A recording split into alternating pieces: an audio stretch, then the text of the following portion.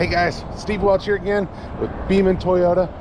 Recently I made you guys a video about things that you should always make sure that you take out of your trade-in when you're trading in a vehicle. And obviously a lot of that's pretty important, and you guys responded to that and had a really good suggestion to go over things that you shouldn't take out of your trade-in. Like I said, I thought it was such a good idea that I came up with 10 things that you should not take out of your trade-in just because it's going to cost you, right? So yeah, let's get straight into it right now.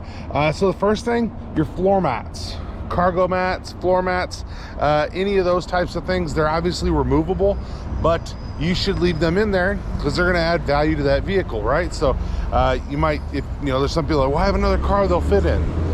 So be it. Just realize that you're taking some value away from the vehicle if you were to pull those out. So that being said, what's the next one?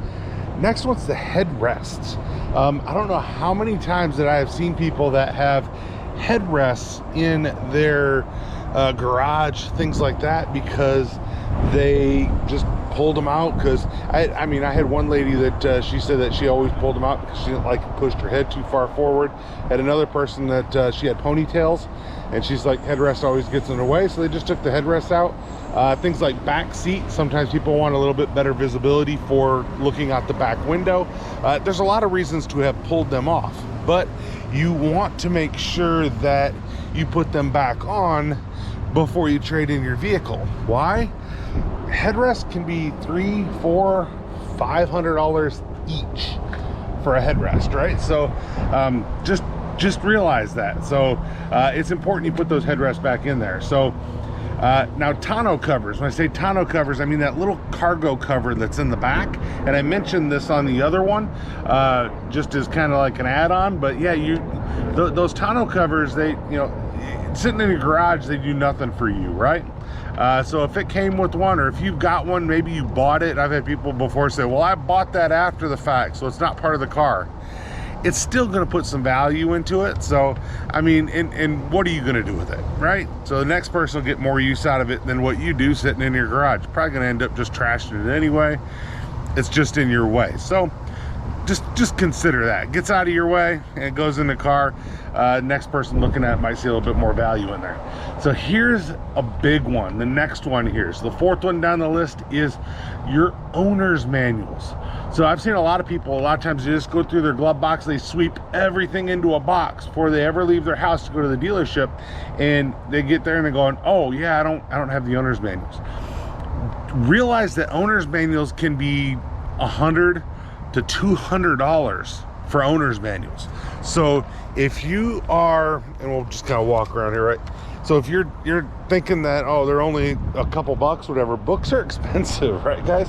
But those owner's manuals, yeah, they're pretty up there. So you always want to make sure that you get the owner's manuals in the car. So what's next? Next is don't take off removable items unless there's just a really good reason. You're going to put them in your next car, something like that. And if you did take them off, make sure they fit. Because a lot of times you go, well, I got a 2017 Highlander and I just bought a 2020, and I'm going to go ahead and I'm going to put these floor mats in my 2020, or I'm going to put this console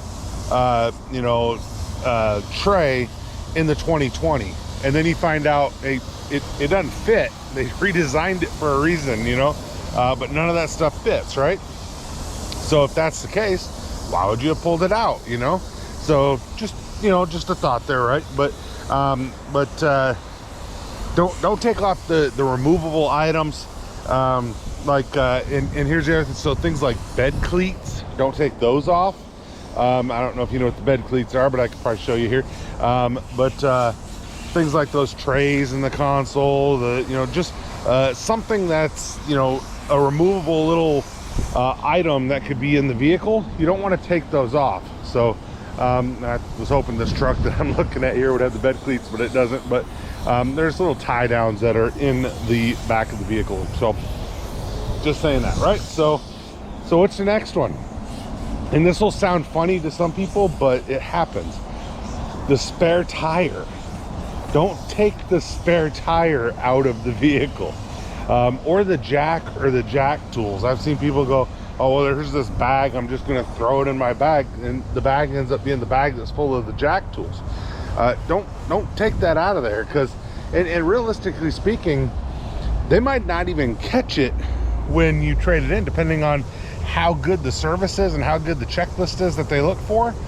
They might not catch it.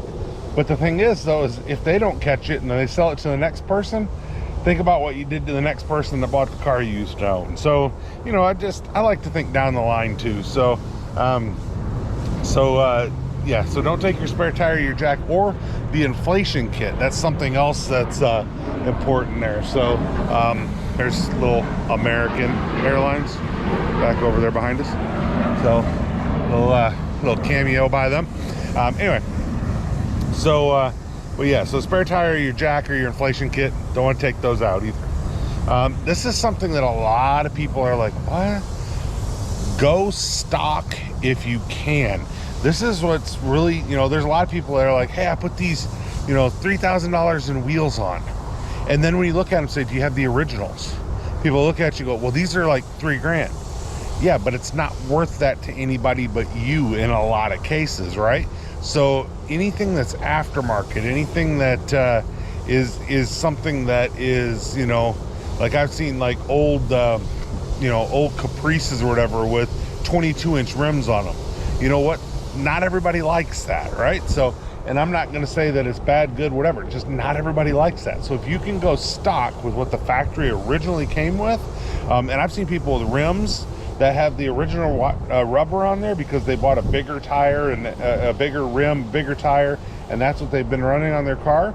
Go back with the original. It's actually more valuable in the trade-in scenario. So if you can go stock with that kind of stuff, do that.